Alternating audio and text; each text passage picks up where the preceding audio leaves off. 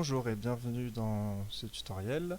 Dans cette vidéo, on va s'intéresser à la recherche en ligne, donc comment retrouver un document sur le catalogue en ligne de la médiathèque de Fouesnant et comment parcourir les collections pour les découvrir. Donc je me situe actuellement sur le site du catalogue fouesnant.opac3d.fr, je mettrai le lien en description et je vais me rendre dans cette partie utilisateur pour me connecter. Je pourrais faire toutes mes recherches sans me connecter, c'est tout à fait possible. Ça va simplement me permettre de faire des réservations. Je ne vais pas rentrer dans les détails de tout ce qu'il est possible de faire avec des identifiants et un compte utilisateur, mais si ça vous intéresse, il y a une autre vidéo dédiée à ce sujet dont je mettrai le lien en description. Donc, je vais me rendre dans l'onglet Chercher ici. A noter que sur la page d'accueil, si je reviens là, on a également une barre catalogue qui permet de faire des recherches. Mais la barre chercher a l'avantage d'être paramétrable, c'est-à-dire qu'ici j'ai un menu déroulant qui est par défaut en tous les critères, auquel cas elle va fonctionner comme la barre catalogue, mais je pourrais paramétrer ce menu par titre, par auteur, par sujet. Donc cette barre de recherche a l'avantage d'être un petit peu plus modulable. Si par exemple on est dans le cas de figure où l'usager connaît le document qu'il recherche, le plus simple c'est de paramétrer la barre en fonction de l'information que vous connaissez, par exemple le titre, de lancer votre recherche et vous allez obtenir directement, donc là il me montre tous les documents qui ont pour titre Vipère au point. Donc vous voyez qu'il en a trouvé deux, ici j'ai 1 à 2 résultats sur un total de 2, et que ces deux documents ont une icône différente.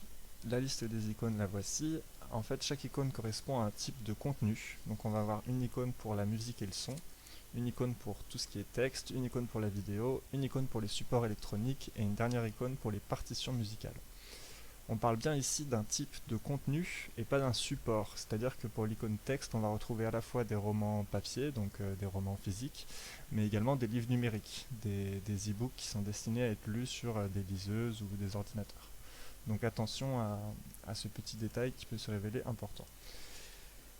Donc, on aurait pu faire la même chose par auteur également. Si par exemple je veux le dernier roman de Marie-Bernadette Dupuis, je tape son nom de famille. Je peux également cliquer ici sur la petite case nouveauté qui va ne m'afficher que les plus récentes acquisitions de la médiathèque.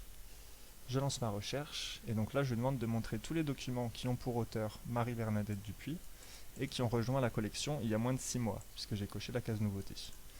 Et là, de la même manière, j'obtiens un certain nombre de résultats.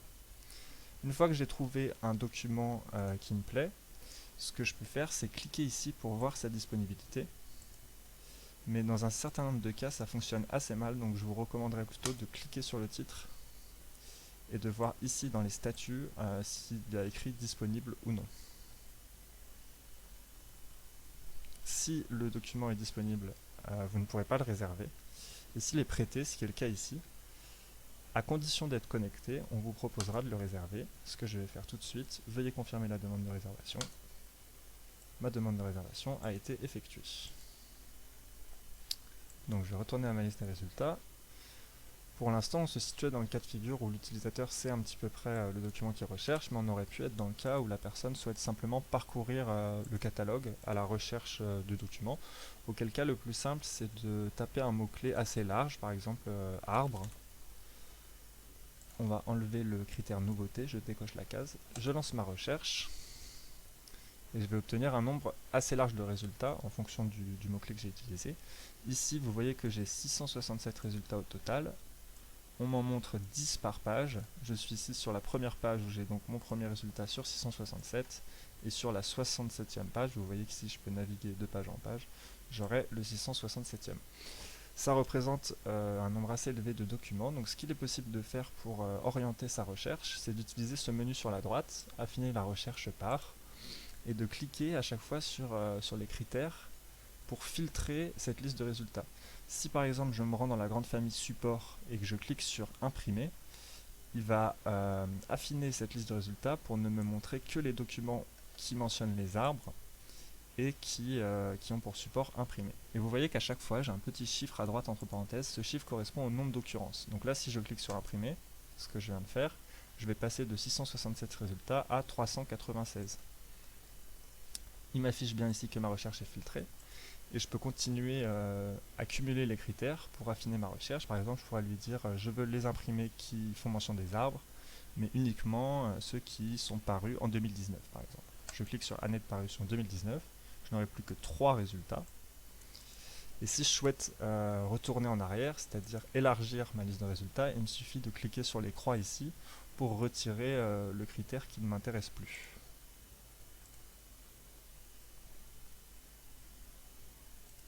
Et ensuite, de la même manière, une fois qu'on a trouvé le document qui nous intéresse, on clique sur le titre, on est renvoyé sur sa fiche détaillée et on va pouvoir obtenir son statut. Donc s'il est disponible, c'est qu'il sera en rayon. S'il est prêté, on pourra le réserver et il existe un certain nombre d'autres statuts dont je parlerai plus en détail dans la vidéo sur la recherche physique, c'est-à-dire la localisation des documents dans les rayons. Donc pour cette vidéo, on va s'arrêter ici.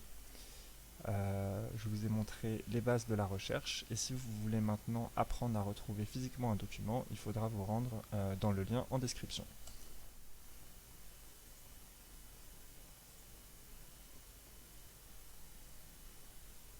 Une dernière chose dont je n'ai pas parlé, c'est qu'à chaque fois sur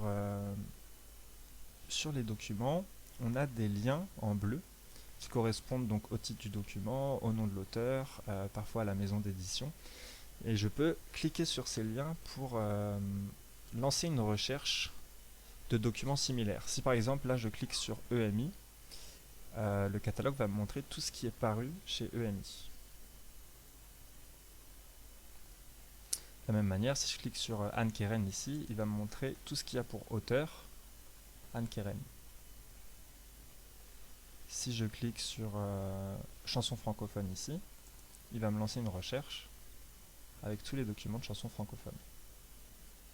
Donc ça peut être assez utile pour parcourir les collections et naviguer de document en document. Si vous avez des questions, n'hésitez pas à les laisser en commentaire de cette vidéo. Et je vous invite à aller regarder la vidéo sur la recherche physique, la recherche en rayon, pour découvrir la suite logique et la procédure pour retrouver un document depuis le catalogue dans les rayons de la médiathèque.